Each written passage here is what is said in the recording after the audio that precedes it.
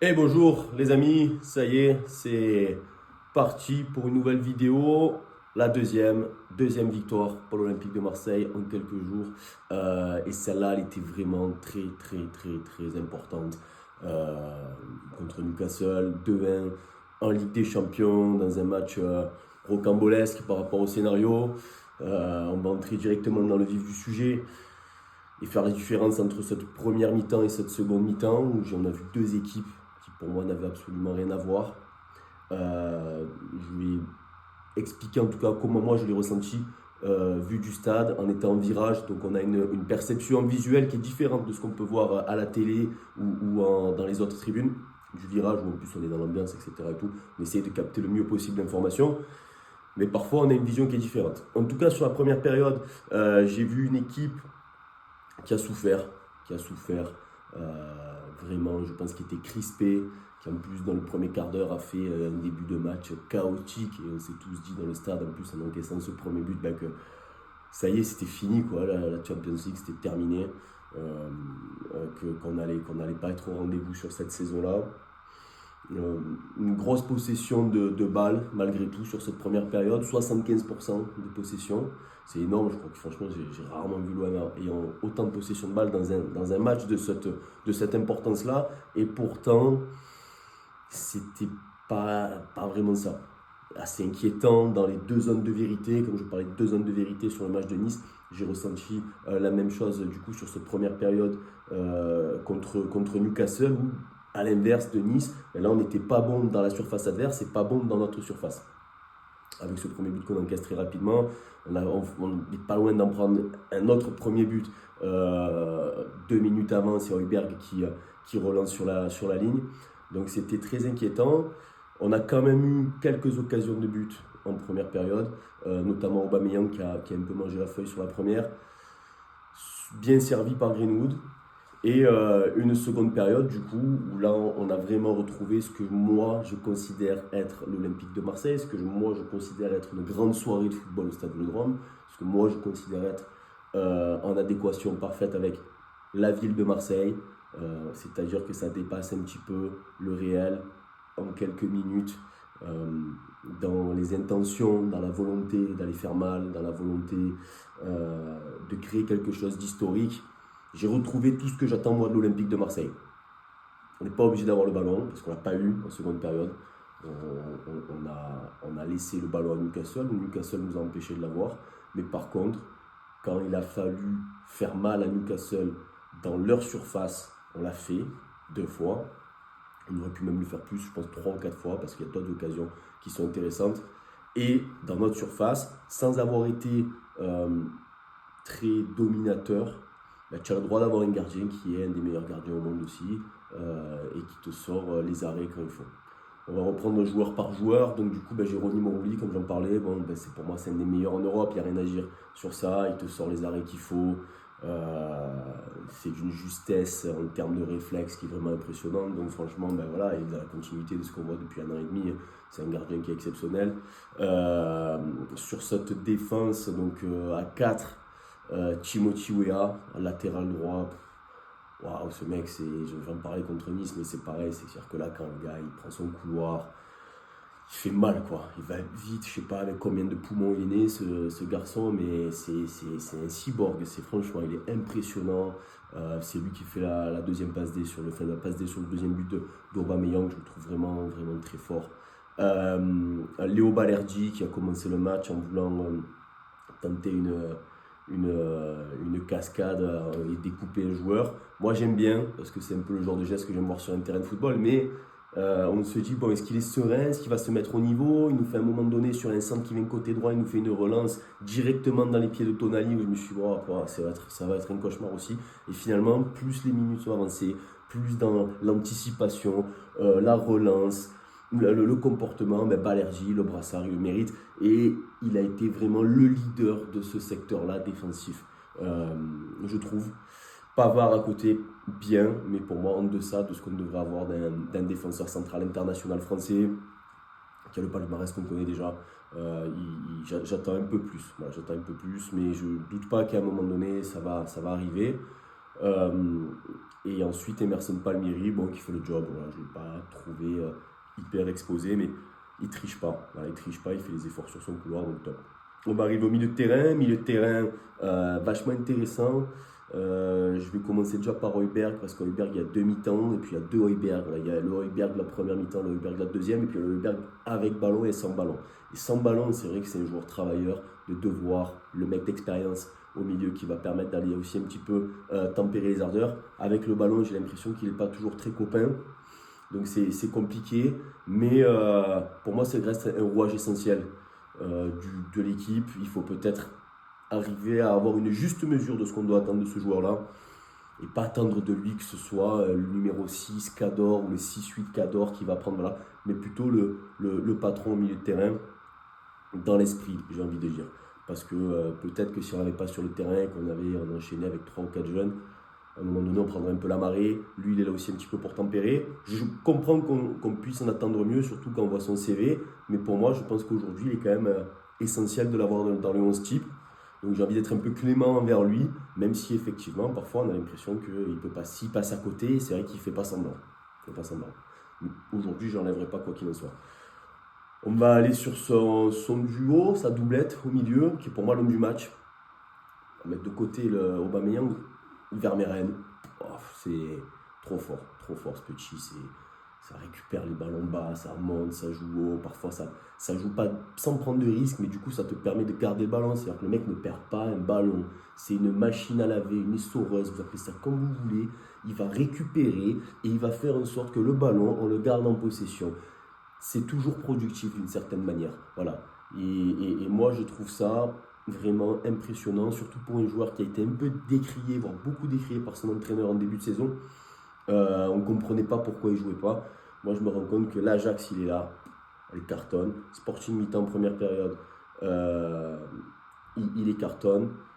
Et aujourd'hui, Newcastle, il est cartonne aussi. Donc, ben, bravo mon petit, continue. Pour moi, c'est un titulaire en puissance. C'est quelqu'un qui est parti avec des points de retard par rapport à O'Reilly et Gomez. Aujourd'hui, je pense qu'au milieu de terrain, c'est presque le nom que j'aurais envie d'écrire en premier sur la feuille de match. En parlant de feuille de match, on a eu la surprise de Bakola. On va pas se mentir, hein, on était tous très étonnés dans la journée d'entendre qu'il pourrait être titulaire. Au moment où la compo elle tombe aux alentours du stade à 20h, on s'est tous dit bon, pourquoi pas. On sait pas. Moi je me suis dit c'est De Zerbi, de toute façon, il est dans sa réflexion. Force est de constater qu'il a eu raison De Zerbi et que le petit Bakola, je suis très content de voir quel jeune du centre de formation à 17 ans, pour la première titularisation de toute sa carrière, est capable de nous faire ça au Vélodrome. J'attends pas d'un minot de 17 ans de prendre le ballon, dribbler 14 joueurs parce qu'il a le maillot de l'OM depuis qu'il est petit, ce qui n'est pas le cas en plus dans le cas de Bakola parce qu'il arrive assez tard au centre, mais je veux voir ce que j'ai vu ce soir, c'est-à-dire un minot qui n'a pas peur d'aller de l'avant, qui n'a pas peur aussi de l'ambiance qu'il y a dans les tribunes, qui n'a pas peur de tenter des choses un peu culottées comme la simulation qu'il fait en première période, parce que bon, il faut oser faire ça dans une époque où il y a la VAR, mais ça montre comment il a du caractère, qu'il a envie de faire quelque chose et d'apporter quelque chose et pas de se cacher derrière les anciens. Non, il a voulu être un rouage de cette rencontre-là.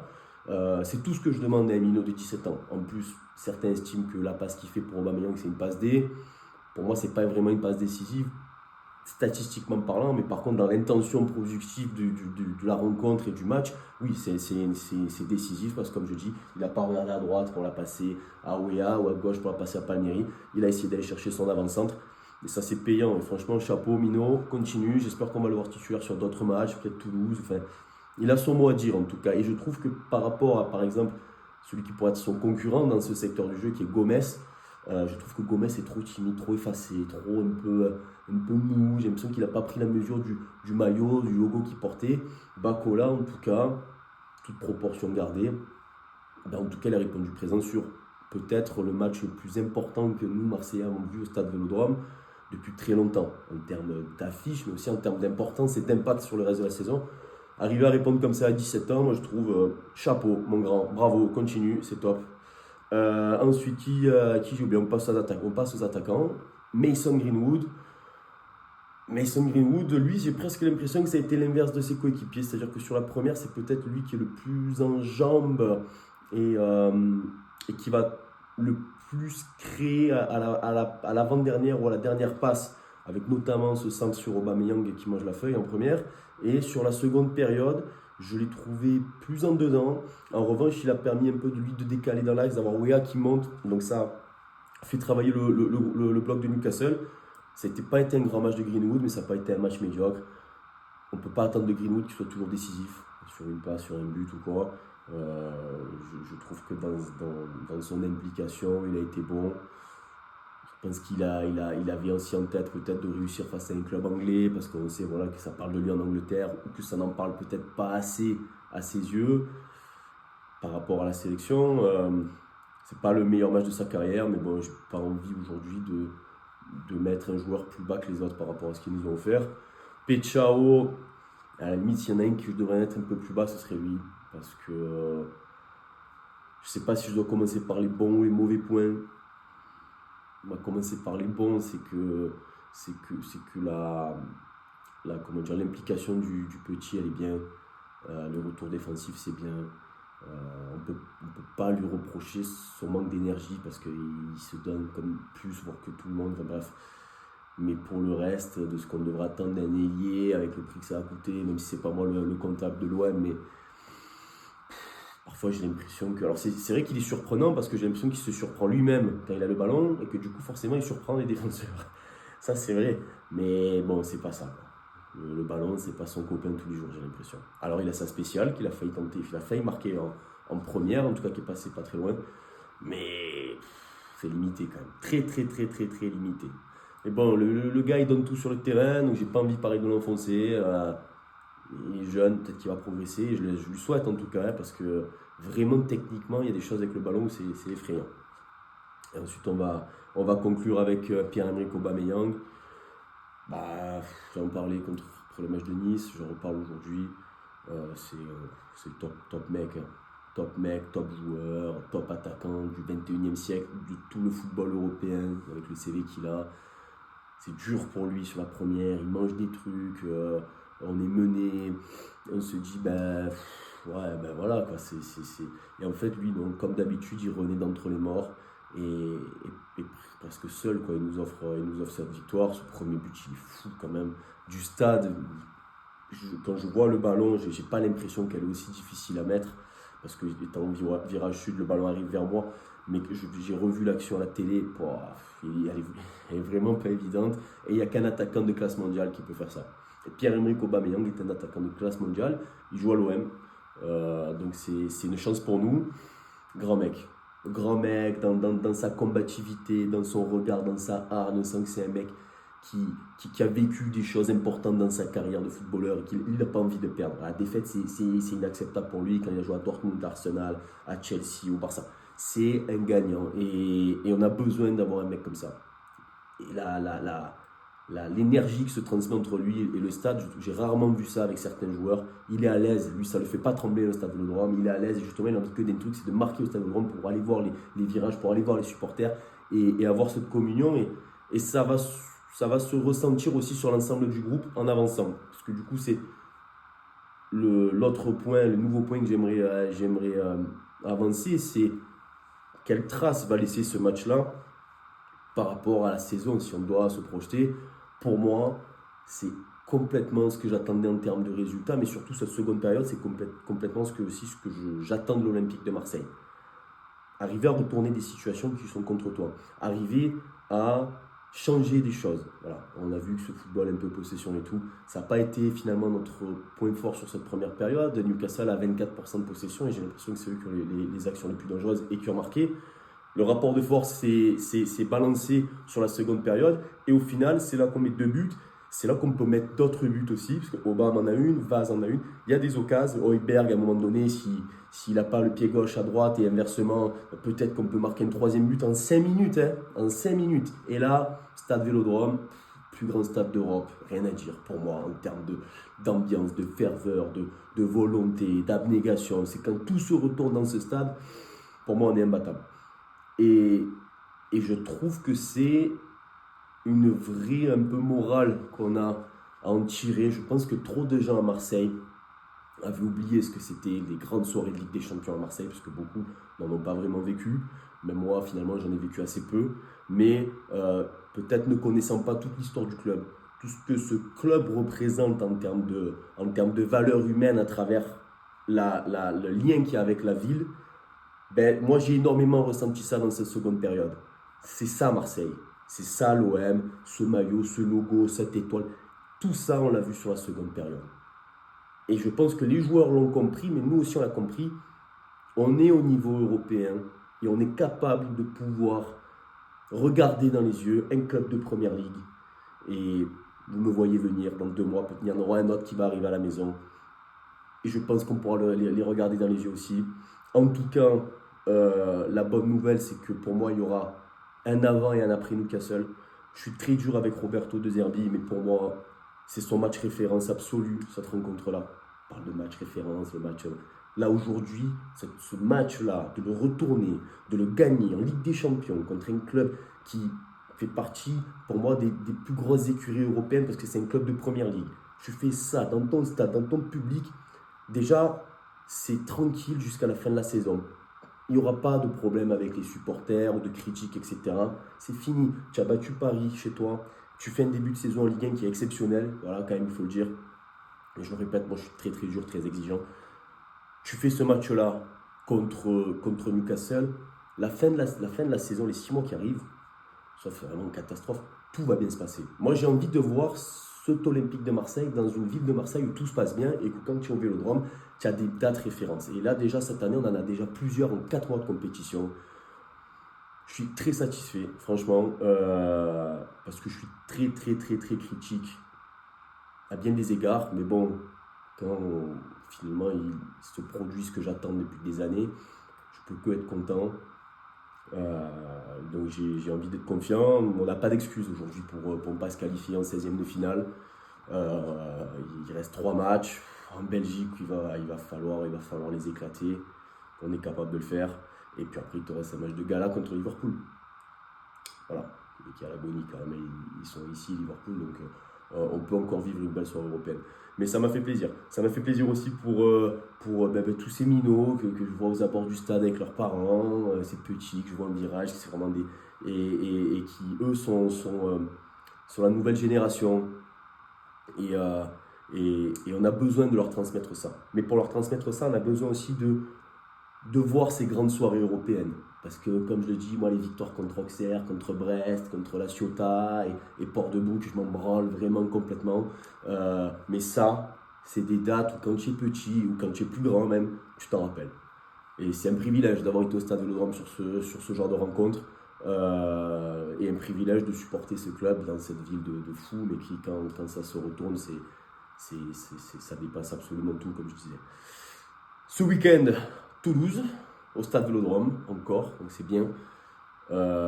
Tu peux bien continuer, voilà, j'ai pas envie de faire de pronostics, parce que c'est jamais ce qui peut se passer, mais bon, tu as tout pour gagner, pour continuer ta marche en avant. Et si jamais Monaco, qui, bon, eux, pareil, ils sont à l'agonie comme Liverpool, mais si Monaco fait une surprise ce week-end contre Paris, ben peut-être que tu pourrais repasser premier. Et finalement, le mois dernier, c'est la catastrophe. Et là, ce mois-ci, avant Noël, avant les fêtes, ce serait les cadeaux en avance. Donc, je suis très, très content, très confiant. Je vous avoue, un peu plus la tête sur le match de Saint-Gilles que les matchs de championnat là. L'Union Saint-Gilloise, pour moi, c'est vraiment là le match sur lequel je pense le plus, parce que je me dis, j'ai envie qu'on le rentre dedans. Ils sont les gagnants en Turquie, quand même, à Galatasaray, donc c'est pas parce que c'est la Belgique que ce sera des petits mecs en face. Au contraire, on aura des joueurs vaillants. Mais je pense qu'à ça. Là, c'est le seul match que j'ai en tête, c'est le match en Belgique, où je me dis, je veux vraiment qu'on fasse 9 points et qu'on soit, en pleine possession de nos moyens pour aller chercher ce 16e de finale. Je pense qu'on n'a pas idée à quel point on pourrait vivre une deuxième partie de saison extraordinaire si l'OM est européen sur la Champions League à partir de février, fait une campagne de coupe intéressante, on verra, et joue les premiers rôles en championnat jusqu'au bout. Enfin, je veux dire, on n'a jamais vécu ça depuis des années, peut-être depuis la période Deschamps, Il y a eu quelques bonnes saisons un peu avec Garcia. Là, ce serait inédit dans l'histoire de notre club. Je pense même que tous les supporters de mon âge, on n'a quasiment pas vécu ça. Moi, j'ai envie de le vivre. Voilà, j'ai envie de le vivre. Donc, je suis très très content de ce qu'on a montré, plus en deuxième qu'en première. Mais voilà, je veux surtout féliciter les joueurs, le coach aussi. Voilà, quand même, il faut reconnaître, quand il fait des choses bien, hier, il a été plus qu'au niveau. Donc, bravo à lui, puis tout l'ensemble du club. Merci à vous, l'OM, de nous avoir fait rêver comme hier, de nous avoir fait kiffer. Franchement, c'est un plaisir. Et on se voit ce week-end après le match contre Toulouse. Allez, ciao tout le monde et allez l'OM.